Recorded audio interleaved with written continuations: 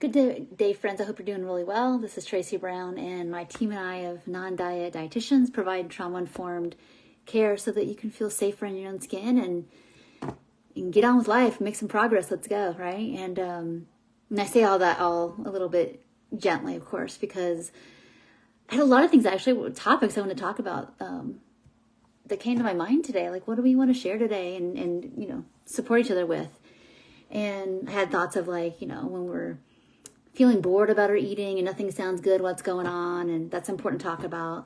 Of course, I just want to do a check-in, how's everybody doing in diet culture? It's there. People are in full force, worried, coming, trying to improve their health and their self-esteem from a place of fear. And, we're going to get slimed with that from other people until we kind of grow our capacity. I had all kinds of things to talk about. But then it's just like this theme keeps coming up. So I feel like we should address it so people don't feel alone or feel like it's weird or they're doing something wrong or whatever's happening. Is that, a lot of people that I've worked with and I get calls from every week really have been trying to feel better for a really long time. And if this is you, this video is for you.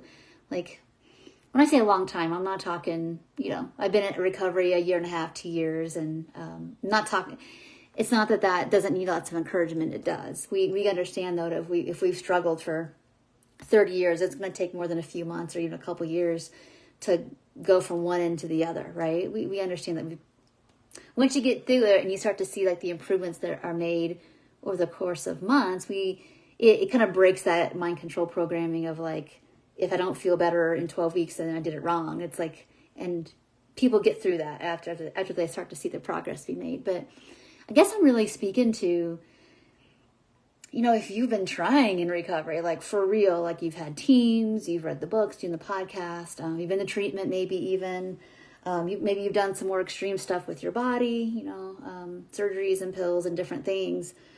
And you're still feeling like I'm back here where I've been before, where it goes okay for a while. And then I start to see even though the people maybe I'm getting encouragement from or advice from or counseling from, they're lovely. And I can tell they really care and they want it. They got my back. It just still feels like I do okay for a while because I feel like I should.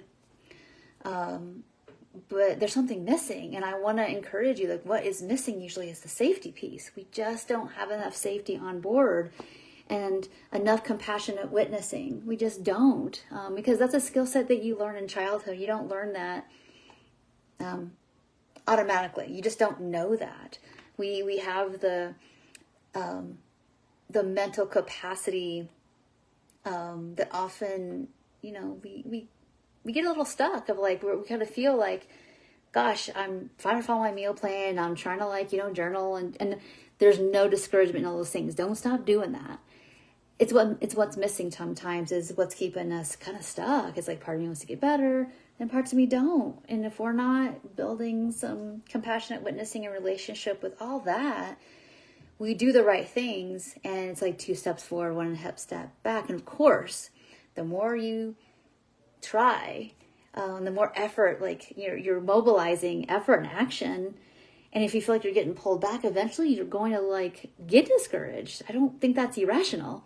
It's more being okay, what is it that I have that's good? And again, what's missing? And so my encouragement for you in this video is you've been at this for a while. And I'm going to say for anybody who's been at this, let's say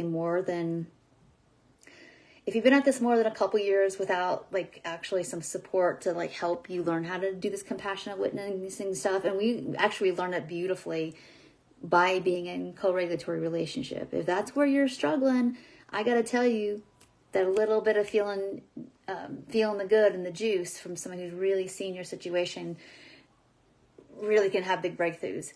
If you're somebody who I've been all the places and there's been some good stuff that's happened, but there's still just been too much or not enough. Sometimes it's a matter of our environments just aren't conducive to healing.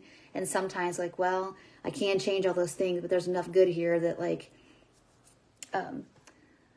with enough unblending and enough installing the good, installing protection inside, no matter how long you've been struggling, things can change and get better. So this is just an encouragement because it's like I had all kinds of topics I thought would be like here in the moment, pretty practical. But the heaviness was just on my heart around like how many people I'm seeing that are doing the dorsal dance where it's like, I'm trying so hard, what's the point?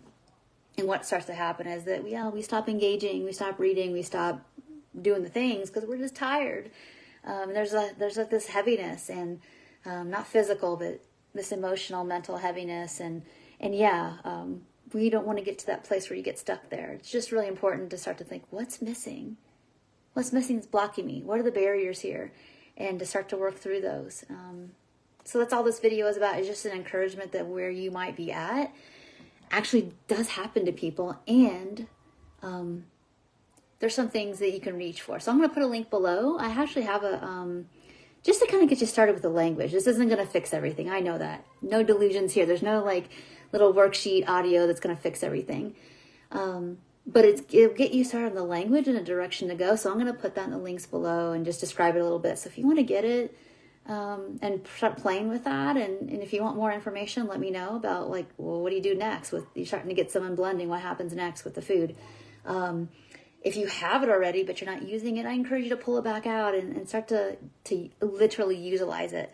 Because I can tell you that people that work with us who do the work in between sessions, like they're doing compassionate witnessing, they're getting up and checking in, they're noticing when they're getting off track quickly that they tend to kind of veer back on path and get back in their window a little faster. And that's a sign of building capacity and building resilience. And that's actually the work anyway, you know? So if there's something that you're avoiding that's feeling uncomfortable, your body's telling you. If you're looping and feeling stuck and like, what am I doing wrong? It's like, maybe you're not, maybe there's something missing. So anyway, just an encouragement, and I will see you in the next video around this topic. Bye for now.